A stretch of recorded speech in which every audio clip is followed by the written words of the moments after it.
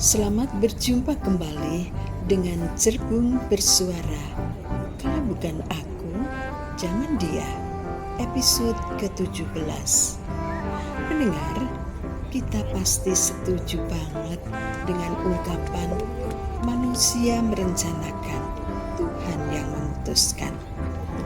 Tak ada seorang manusia pun di dunia ini yang mempunyai kuasa untuk menentukan apa yang bakal menjadi nasib seseorang. Bahkan nasib kita sendiri pun tak bakal bisa kita tentukan sendiri. Tetap Tuhan yang akan membentuknya. Apapun yang terjadi, pastilah ada campur tangan Tuhan. Manusia boleh muluk-muluk berimajinasi, membentuk mimpi, berlandaskan halusinasinya masing-masing. Boleh juga menghadang datangnya nasib baik dengan terus dan terus berusaha sekuat tenaga melakukan segala yang diinginkan sampai pada batas akhir terkurungnya sebuah mimpi. Semua adalah fakta. Inilah kenyataan hidup. Kenyataan di mana kita harus berhenti dan memandangnya sebagai sebuah nasib, sebuah elegi kehidupan, elegi hari ini. Kurang apa lagi coba? Semua ditata dengan rapi, diurai dengan segala persiapan dan pemikiran matang. Namun hasil akhir dari sebuah proses ternyata bertolak belakang. Anjali yang digadang-gadang oleh orang tuanya bakal menebarkan senyum bahagianya, ternyata lebih memilih pergi menghindari semua hiruk-pikuk kemewahan yang sedang ditata. Menikah dengan Anggara dikiranya sebuah momen yang sangat membahagiakan. Tapi ternyata Anjali meninggalkan semuanya itu, pergi entah kemana, tanpa pamit. Tak peduli dengan carut-marutnya kepanikan orang tuanya yang sedang menggelar kemewahan, yang sedang memamerkan betapa besar kekayaannya. Semua itu pupus sudah, tinggal puing-puing serpihan hati yang tidak lagi perlu dicomoti. Pendengar, berikan tanda cintamu untukku dengan memberi like, komen, dan menge-share video ini kemanapun Anda mau. Dan bagi yang belum pernah subscribe channel ini, tekan tombol subscribe-nya ya. Thank you. Selamat mendengarkan. Tibalah waktunya hari pernikahan dua pasang pengantin. Tempatnya berbeda, tapi tanggalnya sama. Anggara dengan Anjali dan Tiran dengan Menur. Pernikahan Tiran dan Menur akhirnya diselenggarakan di rumah keluarga pengantin pria. Hal ini agak berbeda dengan keluarga pada umumnya. Biasanya resepsi diselenggarakan di tempat keluarga pengantin putri. Karena orang tua Tiran ngotot ingin mantu dan nanggap wayang kulit semalam suntuk, Pak Darmadi dan istrinya tidak bisa menolaknya. Apalagi ketika mereka memohon sambil nangis-nangis agar dikabulkan keinginannya. Mereka beralasan Tiran adalah anak tunggal. Kalau tidak sekarang, kapan lagi bisa mantu? Kalau keluarga Pak Darmadi kan punya 2 anak, besok-besok mereka masih bisa mantu lembayung. Malam midodareni di rumah Tiran berlangsung dengan sangat meriah. Semua anggota keluarga kedua belah pihak berkumpul, ditambah teman-teman SMA Menur yang sekaligus juga teman Tiran tak mau ketinggalan meluangkan waktu berkumpul. Iya, malah seperti sebuah reuni. Lain halnya yang terjadi di rumah Anjali. Sekitar jam 4 sore diadakan siraman. Semua berjalan dengan rapi.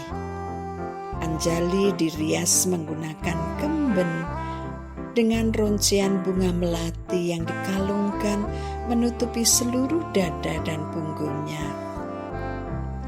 Rambutnya digerai dengan bandana terbuat dari roncian melati putih nan harum. Bandana roncian melati yang menyibakkan rambut gerainya ke belakang menambah anggunnya penampilan Anjali. Cantik sekali. Secara bergantian, para orang tua atau yang dianggap lebih tua mengguyurkan air di atas kepala Anjali, turun membasahi seluruh tubuh. Air yang melambangkan pembersihan diri sebelum memasuki fase kehidupan baru, yaitu hidup berumah tangga.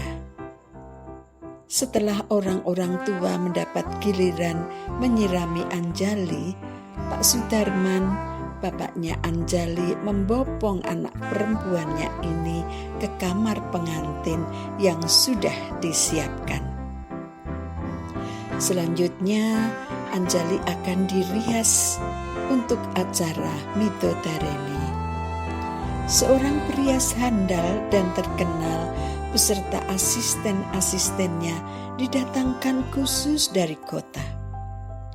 Rombongan perias ini nantinya akan menyulap Anjali menjadi pengantin tercantik seantero desa, bahkan sampai zonasi kecamatan.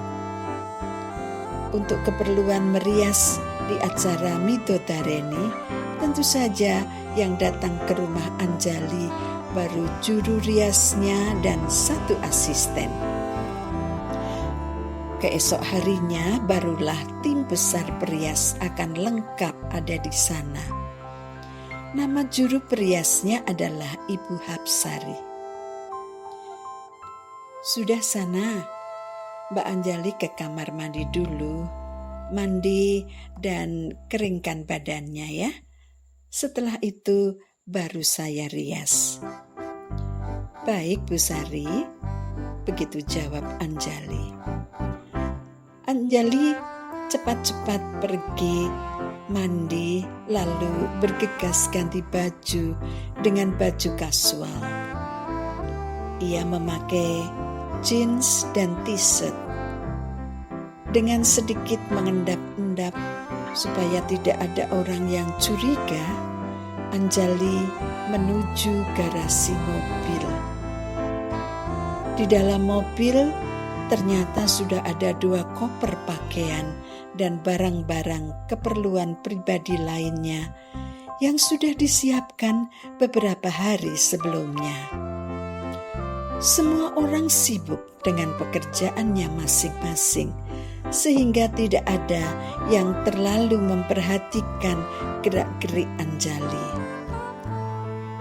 Anjali menstarter mobilnya dan secara pelan keluar dari garasi melewati halaman, lalu keluar pagar. Sampai di jalan besar, Anjali membelokkan mobilnya ke kanan ke arah kota dan ngeblas minggat. Rumah keluarga Pak Sudarman seketika heboh mendengar Bu Sari sang perias lari ke sana kemari mencari Anjali. Bu Sari juga bertanya kepada siapapun yang ditemuinya. Barangkali mereka tahu keberadaan Anjali. Setelah ke sana kemari, tetapi tidak ada yang bisa menemukan Anjali, akhirnya Bu Sari tergopoh-gopoh menemui Bu Darman. Bu Darman, Anjali kemana ya Bu? Kok saya cari kemana-mana gak ada? Bu Darman, ibunya Anjali, yang saat itu sedang menemui banyak tamu sangat kaget dengan pertanyaan Bu Sari. "Loh, ya mestinya sedang bersama panjenengan toh Jeng, kan sedang dirias. Lah tadi pamit kemana? Atau mungkin masih di kamar mandi ya Jeng? Atau di belakang rumah mencari sinyal yang bagus untuk chattingan dengan teman-temannya?" Mendengar jawaban Bu Darman yang masuk akal itu, Bu Sari dan juga Bu Darman sendiri langsung bergegas ke kebun belakang rumah. Ternyata di sana pun kosong, tidak ada Anjali. Semua orang yang ada di rumah keluarga pengantin putri ikut mencari di setiap sudut rumah. Hasilnya nihil. Pak Darman berlari ke garasi mobil dan lemas seketika melihat mobil Anjali tidak ada di tempat. "Anjali pergi, Bu. Bu, Anjali jelas pergi. Mobilnya tidak ada di garasi." "Pergi kemana, Pak? Masa nggak ada yang dipamiti? Mungkin hanya keluar untuk beli apa gitu ya, Bu?" "Itu pun aneh juga, Pak. Semua keperluannya sudah lengkap tersedia kok. Dan lagi, ini kan waktunya dirias. Masa sih malah pergi?"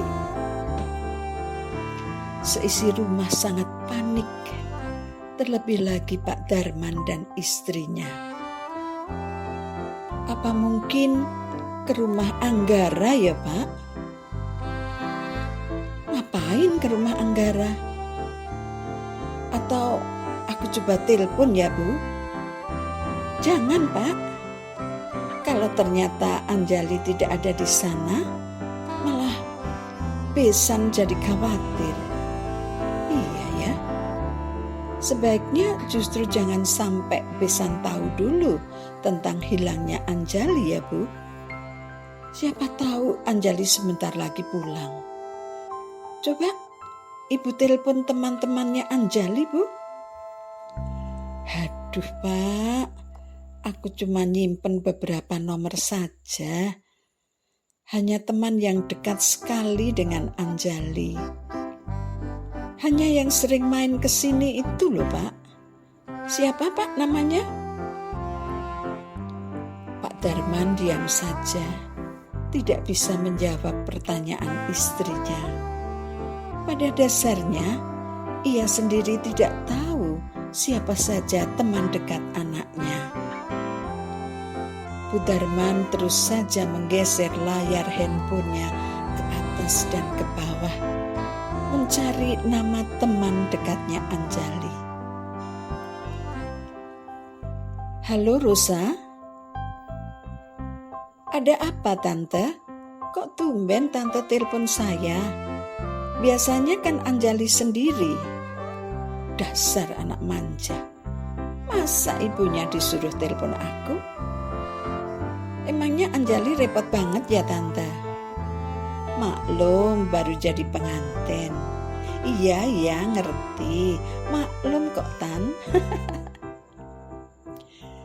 Kata-kata Rosa nerocos, gak pakai titik koma. Bu Darman lemas seketika. Dari kata-katanya Rosa saja, Bu Darman sudah tahu kalau Anjali tidak ada di sana. Bu Darman tidak melanjutkan bicaranya dengan Rosa. Tidak ada gunanya. Ia ambruk seketika. Pak Darman lalu menjerit sambil menopang tubuh istrinya. Beberapa orang datang menolong dan akhirnya Bu Darman berhasil dibaringkan di atas tempat tidur. Saudara-saudaranya Bu Darman dengan sigap merawat Bu Darman. Ada yang blonyoh pakai minyak kayu putih, ada yang ngeroki, ada pula yang mijit-mijit kepalanya, pundaknya, dan tengkuknya. Ditunggu sepanjang malam, tetap saja Anjali tidak pulang. Bu Darman terus menangis sepanjang waktu. Ia bakal kewirangan, bakal mendapat malu yang teramat sangat. Ia tidak habis pikir mengapa Anjali pergi. Selama ini Anjali tidak pernah cerita apa-apa, apalagi menolak untuk dinikahkan dengan Anggara. Sama sekali tidak pernah komplain. Setahu Bu Darman, Anjali menerima dan senang dengan pernikahan ini. Duh, gimana ini Bu? Padahal resepsinya besok jam 11. Kita harus gimana Bu? Bu Darman tidak menjawab pertanyaan suaminya. Hanya air matanya semakin deras mengalir, membasahi pipi. Malam itu juga diadakan rapat keluarga. Semua pakde-pakde dan om-omnya Anjali berkumpul. Dan keputusannya, besok pagi jam 7, keluarga Anjali, ayah ibunya, dan beberapa pakde dan om yang dituakan akan datang ke rumah keluarga besan, menceritakan apa yang sebenarnya terjadi. Sudah tidak ada jalan lagi kecuali berani mengambil risiko dan menghadapinya.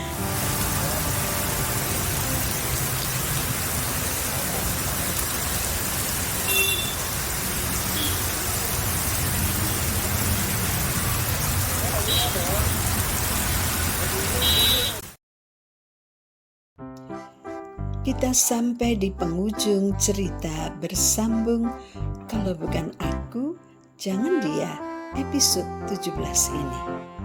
Terima kasih atas dukungannya. Sampai jumpa di episode selanjutnya.